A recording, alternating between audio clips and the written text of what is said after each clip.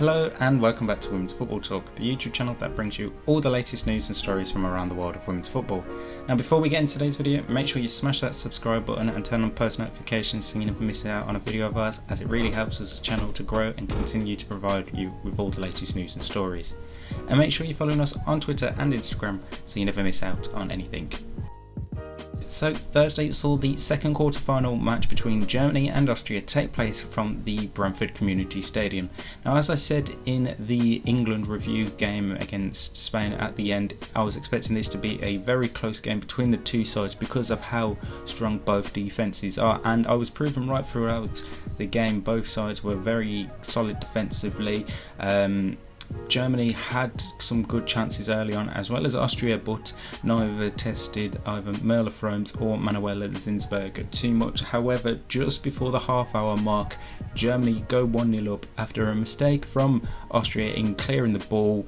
Germany managed to intercept it. The ball comes out to Clara Buell, who puts in a great ball. The initial shot is dummied by, I believe it was Fenja Hoot, and then Lena McGull slots it home for 1-0 to Germany, and that gave Germany a bit of confidence going into the rest of the first half, having some more chances as the game weared on, as well as Austria. They didn't fall too much behind, but it did give them a bit of a dampener as we headed into half time, and then in the second half it was pretty much the same again, both sides having so many chances. I mean, Austria hit the post, I think it was about 3 or 4 times throughout the game, so it was just an incredible game, and it really did feel like there was going to be one moment of magic for Austria that could have got them back into the game. And it's just one of them days where it's not your day to progress into the semi-finals of the tournament, and it wasn't to be for Austria.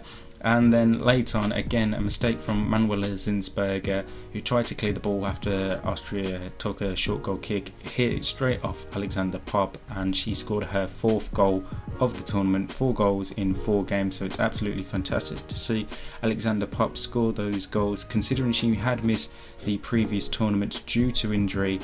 It's very nice to see that she's playing really well at this tournament for Germany and being very clinical. And she also ties the record as the second player to score in 4 consecutive appearances at the Euros, after Heide Moore did it for Germany between 1989 and 1993. So it's absolutely a good victory for Germany, as they will now face the winner of Netherlands versus France on Saturday evening.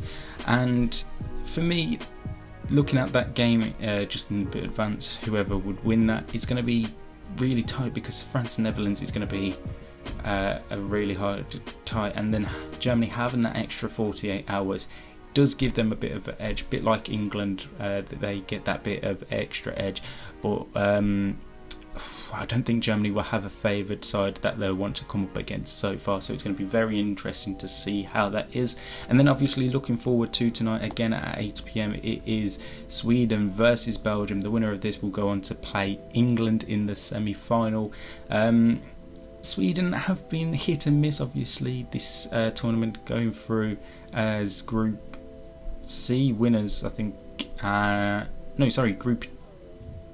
Group C winners. They've been a bit precarious for my liking in this tournament, and it's going to be a very interesting to see how they do against Belgium.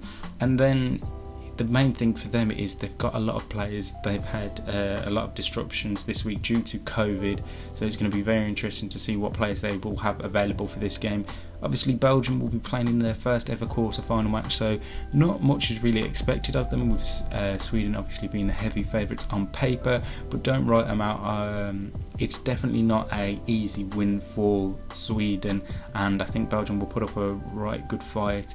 The likes of Tini de Cagny, Tessa Woolert, I'm expecting to come more alive as we enter this quarter-final stage and potentially send Belgium to their first ever European Championship semi-final. So 8 PM is the kickoff tonight for that one. However, there won't be a review to that game as I have other commitments on Saturday morning, so I won't be able to get to you to that, but I could be able to do it, maybe a joint review of that game and the France-Netherlands game on Saturday. So both games, so the France-Netherlands one and Sweden-Belgium, both kick off at 8 p.m. On Friday and Saturday. And like I said at the start, make sure you like and subscribe so you never miss a video of ours, and follow us on Twitter and Instagram for all the latest news and stories from around the world of women's football.